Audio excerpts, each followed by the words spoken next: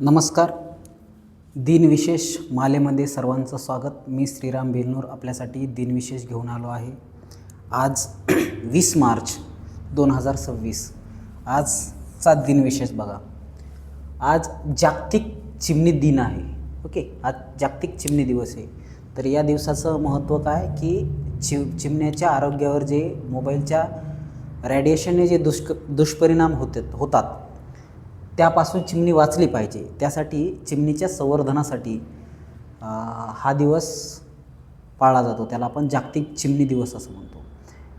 हा 2010 पासून पाळला जातो चिमणीच्या संवर्धनासाठी.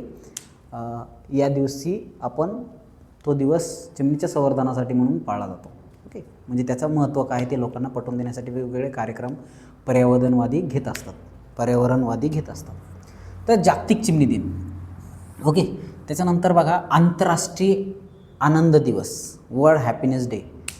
जागतिक दर्जावर माणसं किती आनंदी आहेत ते संयुक्त राष्ट्राच्या 2012च्या सभेमध्ये या दिवसाचं म्हणजे आजचा दिवस हा आंतरराष्ट्रीय आनंद दिवस म्हणून पाळला जावा या पद्धतीने किंवा साजरा केला जावा या पद्धतीनं ठराव मांडला. आणि 2012 पासून हा 20 मार्च हा आंतरराष्ट्रीय आनंद दिवस आपण उत्साहात साजरा करतो.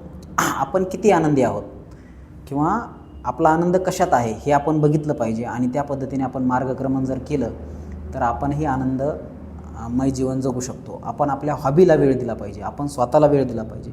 मोबाईलच्या दुनियेमध्ये असताना आपण आपल्या आवडीच्या काय गोष्टी आहेत ह्या आपण बघितल्या पाहिजे. त्याच्यावर जर काम केलं तर आपण खरंच आनंदी राहू.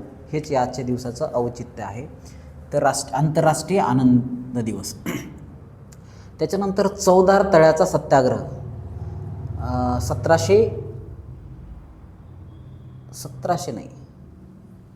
1900 तेच म्हणलं काहीतरी आहे 1927ला महाडचा जो चवदार तळ्याचा सत्याग्रह आहे ह्या आजच्याच दिवशी झाला होता. आणि म्हणून त्या दिनाला आपण काय म्हणतो, क्रांती दिन म्हणतो किंवा समता दिन म्हणतो. काय झालं होतं की मनुवादी लोकांनी अस्पृश्य लोकांना त्यावेळेस अतिशय दैनंदिन अवस्था त्यांची होती, अतिशय वाईट अवस्था त्यांची होती. त्यांच्या गळ्यात मडकं आणि पाठीमागं झाडू अशा पद्धतीची जी त्यांची समाजरचना जी मनुवाद्यांनी केली होती किंवा जी पेशव्यांनी केली होती त्याला तडा देण्याचं काम डॉक्टर बाबासाहेब आंबेडकरांनी वेळोवेळी केलं. त्यातलाच एक मोठा सत्याग्रह महाडचा एक तळं होतं. तिथं कुत्रे, मांजरं, जनावरं कोणी पाणी प्यायचं, परंतु अस्पृश्य लोकांना ते पाणी पिण्याचा अधिकार नव्हता. तर बाबासाहेबांनी ते पाणी ओंजळीत घेऊन तो सत्याग्रह केला होता आणि आम्हाला हे पाणी पिण्यासाठी मिळावं किंवा आम्हीही माणसं आहोत तर माणसाने माणसासारखं वागावं अशा पद्धतीचा सत्याग्रह त्या दिवशी त्यांनी केला होता.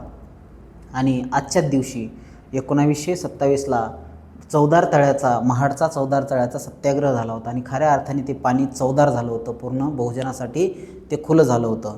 आणि माणसाला माणूस म्हणून जी मान्यता मिळावी त्यासाठी जो संघर्ष होता त्यातला हा अतिशय महत्त्वाचा एक संघर्ष आजच्या दिनी झाला होता. म्हणून त्याला आपण क्रांती दिन किंवा समता दिन असंही म्हणतो. उद्धारली कोटी कुळे भीमा तुझ्या जन्मामुळे. तर या पद्धतीने कोटी कुळाचा उद्धार करता डॉक्टर बाबासाहेब आंबेडकर यांनी आजच्याच दिवशी चवदार तळ्याचा सत्याग्रह केला होता 1927ला. त्याच्यानंतर नेक्स्ट आहे सर आयझॅक न्यूटन यांचा स्मृतिदिन. म्हणजे 1727ला आजच्याच दिवशी आयझॅक न्यूटन यांचा मृत्यू झाला होता. कधी? 1727ला सर आयझॅक न्यूटन यांचा आज मृत्यू झाला होता आजच्या दिवशी. आता आयझॅक न्यूटन हे कोण हे सांगायची गरज नाही. न्यूटन म्हणजे त्यांच्या डोक्यावर सफरचंद पडलं आणि त्यांना गुरुत्वाकर्षणाचा शोध लागला, अशा स्टोऱ्या तुम्ही खूप ऐकल्यात. परंतु त्याही पलीकडे जाऊन त्यांनी खूप काम केलं आहे. अगदी त्यांचे गतिविषयक नियम आहेत, त्यांचे गुरुत्वाकर्षणाचे नियम आहेत, त्यांचे इलेक्ट्रोमॅग्नेटिक फील्डवर नियम आहेत, त्यांचे इलेक्ट्रिसिटीमध्ये काही आहे योगदान आहे, त्यांचं फोर्स सिस्टममध्ये खूप मोठं योगदान आहे, थर्मोडायनॅमिक्समध्ये खूप मोठं योगदान आहे. विज्ञान क्षेत्राला एकदम प्रचंड उत्तुंग लेवलवर नेणारे जे एक सायंटिस्ट आहेत सर आयझॅक न्यूटन, तर यांचा आज स्मृतिदिन आहे. न्यूटन फोर्सचं युनिटच आपण न्यूटन म्हणलं आहे. फोर्सच्या युनिटला आपण न्यूटन असं नाव दिलं आहे. किंवा टॉर्क कशामध्ये मोजतो तर न्यूटनमध्ये मोजतो. तर या न्यूटनचा आज स्मृतिदिन होता. ओके. तर यांनी बी विज्ञान क्षेत्रामध्ये खूप मोठं काम केलेलं आहे आणि खूप मोठे गाजलेले आणि नावाजलेले सायंटिस्ट ते आहेत. ते इंग्लंडचे आहेत मूळचे आणि त्यांनी विज्ञान म्हणजे विशेषतः फिजिक्समध्ये भौतिकशास्त्रामध्ये खूप मोठं काम केलेलं आहे. तर यांचा आज स्मृतिदिन आहे. त्यांच्या विचारांना आपण अभिवादन केलं पाहिजे आणि वैज्ञानिक दृष्टिकोन ठेवून आपण काम केलं पाहिजे. त्याच्यानंतर डच ईस्ट इंडिया याची स्थापना.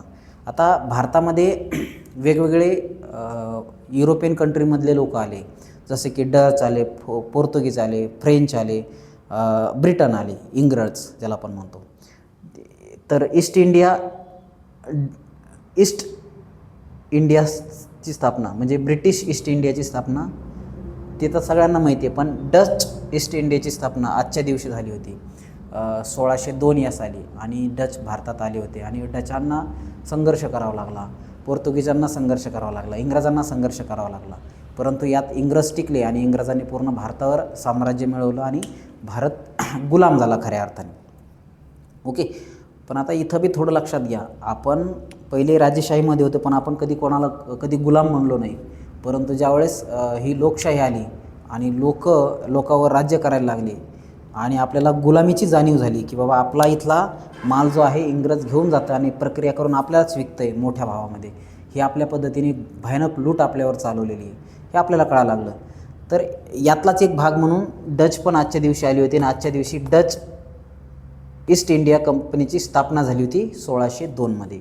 त्याच्यानंतर शेवटचा एक मुद्दा आहे, अल्बर्ट आइन्स्टाईन यांनी सापेक्षतावादचा सिद्धांत मांडला होता 1916ला. तर आता 2-3 दिवसापूर्वी आपण आइन्स्टाईनबद्दल चर्चा केलीच आहे, दिनविशेषमध्ये होत असते. तर अल्बर्ट आइन्स्टाईन हा एक उच्च कोटीचा सायंटिस्ट होता. त्या सायंटिस्टने थिअरी ऑफ रिलेटिव्हिटी म्हणजेच सापेक्षतावाद याचा शोध आजच्या दिवशी लावला होता, म्हणजे मांडला होता तो सिद्धांत 1916 रोजी. अशा पद्धतीनं सापेक्षतावाद सिद्धांत मांडून त्यांनी बऱ्याच गोष्टीची उकल करण्याचा प्रयत्न केला. तर हे आजचं आहे दिनविशेष 20 मार्च 2026. तुम्हाला आजच्या या 20 मार्चच्या सर्वांना खूप खूप शुभेच्छा आणि जागतिक चिमणी दिनाच्या शुभेच्छा. जिथं तुम्ही चिमणी वाचवण्यासाठी मदत करा. आणि आंतरराष्ट्रीय आनंद दिवस, तुम्ही आनंदी राहा, खुशी राहा, समाधानकारक राहा आणि तुमचा आनंद हा दुसऱ्याला दुःखदायक नसावा, त्यालाही आनंदच व्हावा.